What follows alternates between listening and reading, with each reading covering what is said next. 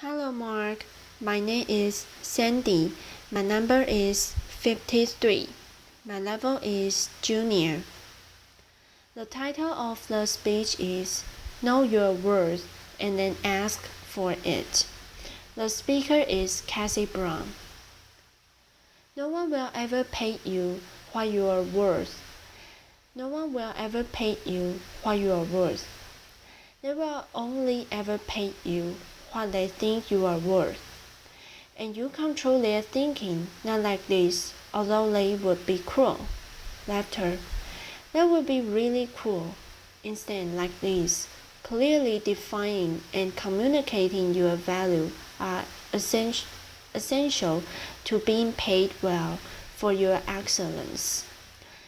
Anyone here want to be paid well? Okay, good. Then this talk is for everyone. It's got universal applicability. It's true if you are a business owner, if you are an employee, if you are a job seeker.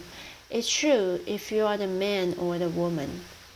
Now I approach this today through the lens of the woman business owner because in my work I've observed that women underprice more so than men.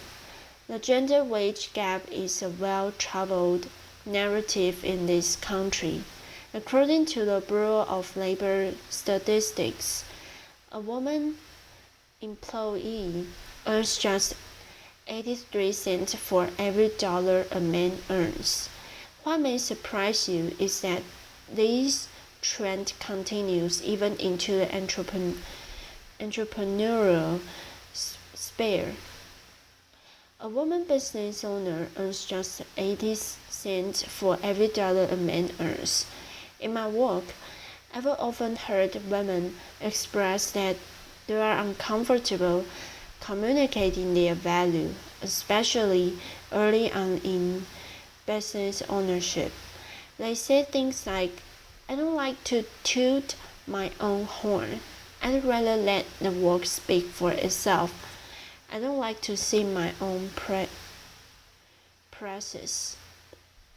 I hear very different narratives in working with men business owners, and I think this difference is costing women 20 cents on the dollar. I'd like to tell you the story of a consulting firm that helps their clients dramatically improve their profitability. That company is my company. After my first year in business, I saw the profit increases that my clients were realizing in working with me, and I realized that I needed to reevaluate my pricing. I was really underpriced relative to the value I was delivering. It's hard for me to admit to you because I'm a pricing consultant. Yatter. It's what I do. I help companies price for value, but nonetheless, it's what I saw. And so I sat down to evaluate my pricing, evaluate my value, and I did that by asking key value questions. What are my clients' needs and how do I meet them? What is my unique skill set that makes me better qualified to serve my clients? What do I do that no one else does? What problems do I solve for clients? What value do I add? I answer these questions and define the value that my clients get from working with me, calculated their return on investment, and what I saw was that I needed to double my price, double it. Now I confess to you, this terrified me. I'm supposed to be the expert in this, but I'm not crude. I knew the value was there. I was convinced that the value was there, and I was still scared out of my wits. What if nobody would pay me that? What if clients said, that's ridiculous, you are ridiculous? What I really was that, not my work, mind you, but me. Was I worth that? I'm the mother of the two beautiful little girls who depend upon me. I'm a single mom. What if my business fails? What if I fail? But I know how to take my own medicine, the medicine that I prescribe to my clients. I had done the homework. I knew the value was there. So when prospects came, I prepared the proposals with the new higher pricing and sent them out and communicated the value. How's the story? And clients continue to hire me and refer me and recommend me, and I'm still here. And I share this story because doubts and fears are natural and normal, but they don't define our value, and they shouldn't limit our earning potential. And I'd like to share another story about a woman who learned to communicate her value and found her own voice. She runs a successful web development company and employs several people. When she first started her firm, and for several years thereafter, she would say, "I have a little web design company." She actually used those words with clients. "I have a little web design company." And this and in many other small ways, she was diminishing her company in the eyes of prospects and clients and diminishing herself. It was really impacting her ability to earn what she was worth. I believe her language and her style communicated that she didn't believe she had much value to offer. In her own words, she was practically giving her services away, and so she began her journey to take responsibility for communicating value to clients and changing her message. One thing I shared with her is that it's so important to find your own voice, a voice that's authentic and true to you.